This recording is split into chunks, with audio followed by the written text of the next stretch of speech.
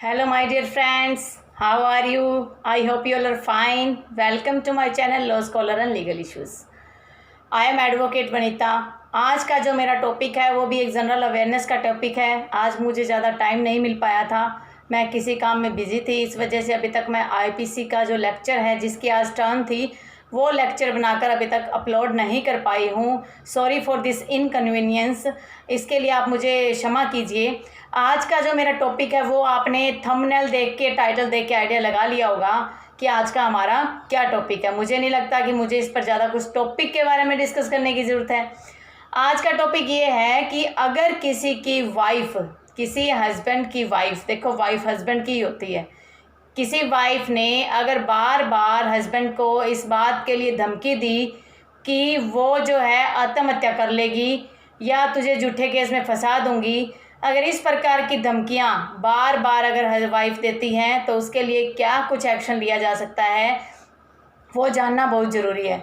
मौजूदा टाइम में हालात ऐसे हो चुके हैं कि जहां पर सारी पत्नियां तो एक जैसी नहीं होती, लेकिन जहां पर पत्नी को ये लगता है कि उसका ही दबदबा होना चाहिए, उसका ही राज होना चाहिए, तो वो हर किसी हद तक जाने को तैयार हो जाती है.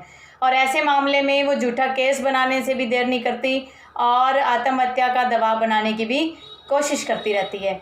तो आज मेरा ये छोटा सा ही टॉपिक है, मुश्किल से 5-7 मिनट का ही होगा.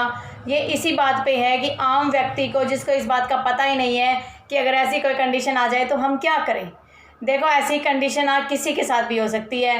हो सकता है मैं भी अपने हस्बैंड के साथ ऐसा ट्रीटमेंट कर रही हूँ, तो ये कोई ज़रूरी नहीं है कि मैं किसी और का उसमें हवाला दूँ. मैं भी ऐसे बुरे हो सकती हूँ, मैं भी ऐसी बात कर सकती हूँ, ऐसे प्रेशराइज कर सकती हूँ. तो मेरा यही टारगेट है कि जो भी ये टॉपिक है, ये टॉपिक आम व्यक्ति तक पहुँचे. आम आदमी जो लगभग किसी न किसी वजह से अपनी वाइफ से दुखी रहता है, लेकिन उसके माइंड में ये आता है कि अगर वो कुछ एक्शन लेगा तो कहीं उसी के ऊपर मामला ना पड़ जाए. तो इसी बात को, इसी डाउट को दूर करने के लिए आज मुझे ये लगा कि मुझे आप सभी के सामने ये एक वीडियो शेयर करना चाहिए. सबसे पहली बात, 2016 में सुप्रीम कोर्ट ने एक ऐतिहासिक फैसला दिया था, एक लैंडमार्क जजमेंट दिया था.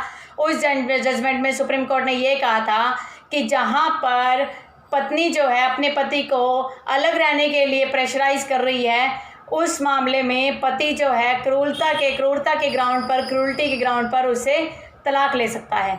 उसी फैसले में ये भी कहा गया था कि अगर बार बार पत्नी जो है आत्महत्या की धमकी देती है तो भी वो एक संगीन क्रूरता में माना जाएगा.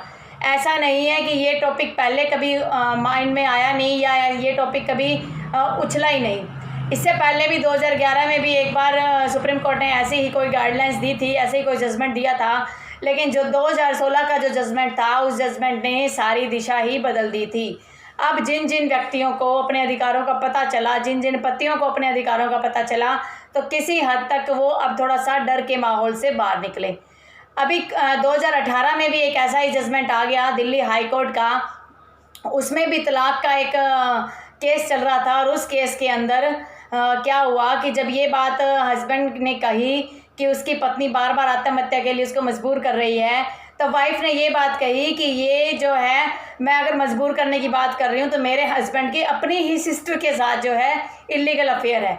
एक इलीगल अफेयर का मैटर जिसका आपके पास कोई प्रूफ नहीं है और जिसके लिए आप मेंटली हैरास कर रहे हो अपने हस्बैंड को, वो क्रूरता की श्रेणी में आता है. और ये तो आप भी जानते हो, जो लॉ के एस्पायरेंट्स हैं वो ये जानते हैं, इतना तो जानते ही हैं कि जहाँ क्रूरता की बात आ रही है तो वो एक तलाक का ग्राउंड बन जाता है. इसके अलावा भी अगर पत्नी मान लो हमें बार बार धमकी देती है तो हम उसके खिलाफ क्या कोई क्रिमिनल एक्ट केस दर्ज करवा सकते हैं. अगर मान लो आपकी वाइफ या आपका हस्बैंड आपको बार बार आत्महत्या करने की धमकी देता है कि अगर तुमने मेरी बात नहीं मानी, हस्बैंड का ज़्यादातर क्या होता है, तुम मायके वालों के साथ व्यवहार नहीं रखेगी, तू अपने भाइयों से रिश्ता नहीं रखेगी, अगर तू ऐसा करेगी तो मैं आत्महत्या कर लूँगा, मैं मर जाऊँगा, तेरा नाम लिख के मरूँगा. तो अगर ऐसी कोई हस्बैंड कहता है, धमकी देता है, या वाइफ का धमकी देती है कि मैं मरूँगी और तेरे परिवार वालों का नाम लेके मरूँगी, तो ऐसी अगर वो धमकी देती है तो उसे आईपीसी की धारा 506 के तहत धमकी के केस में उसको रजिस्टर करवाया जा सकता है और उसको वहाँ 2 साल तक की सज़ा का प्रावधान है. लेकिन क्या है, मौजूदा टाइम में हालात ऐसे हो चुके हैं कि हर कोई ये चाहता है कि जो है हम किसी पचड़े में ना पड़ें। अगर आज मान लो वाइफ धमकी दे रही है और हस्बैंड केस दर्ज करवाएगा, तो वाइफ भी हो सकता है झूठा दहेज का केस या कोई क्रूरता का केस या मानसिक उत्पीड़न का केस या कोई और भी ऐसा केस जो है झूठा दर्ज करवा सकती है। तो ये डर रहता है हस्बैंड्स के अंदर।